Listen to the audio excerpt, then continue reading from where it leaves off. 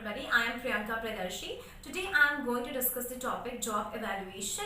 In job evaluation, we orderly and systematically uh, identify the worth of the job. Job का कितना worth है, क्या value है उसकी ऑर्गेनाइजेशन में, ये हम आइडेंटिफाई करते हैं. तो इंटरनेशनल लेबर ऑर्गेनाइजेशन ऐसे डिफाइन किया है कि job evaluation is an attempt to determine and compare the demand which the normal performance of particular job makes on normal workers without taking into account of the individual abilities or performance of the workers concerned. तो job evaluation में हम normal workers का जो performance है उसका क्या value है, क्या वर्थ है, वो आइडेंटिफाई करते हैं, ना कि किसी स्किलफुल या पर्टिकुलर एबिलिटीज वाले वर्कर्स का.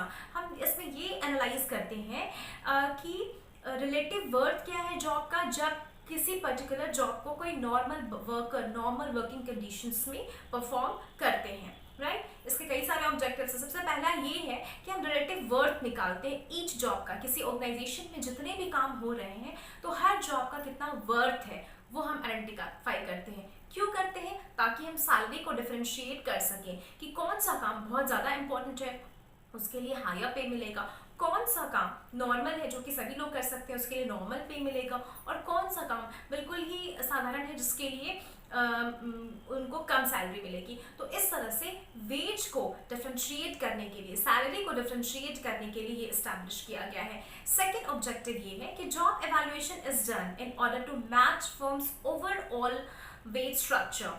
तो किसी फर्म का जो ओवरऑल वेज का स्ट्रक्चर होता है उसको ये आइडेंटिफाई करता है, उसको स्टैब्लिश करता है, और उससे मैच होना चाहिए जो जॉब एवेल्युएशन में जिस भी जॉब का जो वर्थ है उसमें किसको कितना पेमेंट करना है, इसका एक स्ट्रक्चर ऑलरेडी क्लियर हो जाता है इसके थ्रू.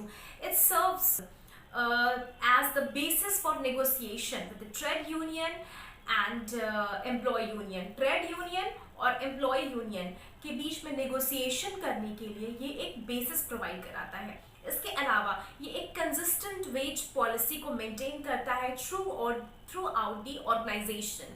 नेक्स्ट है कि job evaluation covers on hourly related work. ये किसी एग्जीक्यूटिव या टॉप लेवल मैनेजमेंट की बात नहीं करता. जॉब एवेल्युएशन में हम जो जॉब का जो वर्क है वो एवेलुएट करते हैं, वो सिर्फ उन्हीं का एवेलुएट करते हैं जो कि आवरली बेसिस पे काम करते हैं. It reduces grievance and labour turnover, in turn increase employees morale and employees management employee relationship. क्योंकि कई सारे पॉइंट पे एम्प्लॉयज़ के बीच में आपस में ग्रीवेंस हो सकती है, उनके बीच में कॉन्फ्लिक्ट हो सकता है कि उनको इतना पेमेंट मिला, उनको उतना पेमेंट मिला. आपस में दो एम्प्लॉयज़ हैं, अलग अलग तरीके के काम कर रहे हैं, तो सबको लगता है कि मैं बेस्ट कर रहा हूँ, उनको लगेगा मैं बेस्ट कर रहा हूँ, तो उसमें आपस में कॉन्फ्लिक्ट हो जाएगा. तो इसलिए एक स्ट्रिक्ट वेज पॉलिसी होना बहुत ज़रूरी है ऑर्गेनाइजेशन में, ताकि इनका इंटरनल कॉन्फ्लिक्ट ना हो और सारे लोग एक प्रॉपर स्ट्रक्चर के साथ चले, एक प्रॉपर फ्रेम के साथ चले, एक वेज पॉलिसी हो प्रॉपर, जिससे कि एम्प्लॉयज़ के बीच में ग्रीवेंस ना हो. अगर ग्रीवेंस नहीं होगा तो उनके बीच कोऑर्डियल वर्क रिलेशन होगा, उनके बीच में रिलेशनशिप अच्छी होगी, उनको जॉब सेटिस्फैक्शन मिलेगा, और apart from that employ relationship management जो है वो बहुत अच्छे से काम करेगा. और इस तरीके से जॉब एवेल्युएशन किसी भी ऑर्गेनाइजेशन के लिए बहुत ही क्रूशियल रोल प्ले करता है, क्योंकि ये इंटरनल कॉन्फ्लिक्ट को रिड्यूस करता है और एम्प्लॉय को जॉब सेटिस्फैक्शन प्रोवाइड करता है फेयर वेज पॉलिसी के थ्रू. इसके कई सारे प्रोसेस हैं, वो हम फर्दर लेक्चर में डिस्कस करेंगे. आई होप कि आपको जॉब एवेल्युएशन जो बेसिक टर्म है कि जॉब, हर एक जॉब का क्या वर्थ है, वो आपको समझ आ गया हो. So stay tuned with me, keep watching my videos and don't forget to like and subscribe.